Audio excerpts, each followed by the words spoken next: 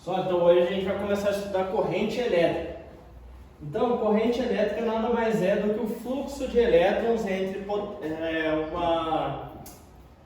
uma superfície que tem diferença de potencial. Então, geralmente, quando a gente vai fazer um circuito elétrico, o que a gente utiliza? A gente utiliza um material condutor. Então, o material condutor geralmente são metais. Metais, eles são formados por nuvem de elétrons. E os elétrons que estão nas camadas mais externas, eles têm certa liberdade para se mover. Então, a partir do momento que a gente coloca um terminal com diferença de potencial, esses elétrons vão fluir do polo negativo para o polo positivo. O polo negativo é o que tem menor potencial e o polo positivo é o que tem maior potencial.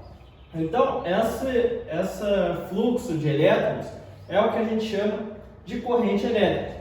Então, toda vez que tem uma diferença de potencial entre um circuito com um material condutor, a gente vai ter uma corrente elétrica, que é o fluxo de elétrons. Só que, antigamente, a gente achava que a corrente elétrica era um fluido, que ia do terminal positivo para o terminal negativo. Aí a gente, com as descobertas mais recentes, a gente viu que não, era por causa dos elétrons. Mas o sentido da corrente elétrica permaneceu o que era antigamente. Então, os elétrons, eles fluem do negativo para o positivo, só que ficou convencionado que a corrente elétrica ia do positivo para o negativo. Então, o fluxo da corrente elétrica é o contrário do fluxo de elétrons. Os elétrons, eles fluem daqui para cá e a corrente elétrica ficou convencionada que é do positivo para o negativo. Então, isso daqui é um circuito elétrico, a gente vai ter o menor potencial, o maior potencial e a corrente elétrica fluindo do maior para o menor, ou seja, do positivo para o negativo. E como que a gente calcula a intensidade da corrente elétrica? Então, se a gente pegar esse fio, cortar uma seção transversal dele, então a quantidade de cargas elétricas que passam em determinado tempo é a corrente elétrica. Então a gente pega a quantidade de cargas, divide pelo tempo, a gente acha a corrente elétrica, que como carga é medida em coulomb e o tempo em segundo, a corrente elétrica é coulomb por segundo, ou também chamado de ampere.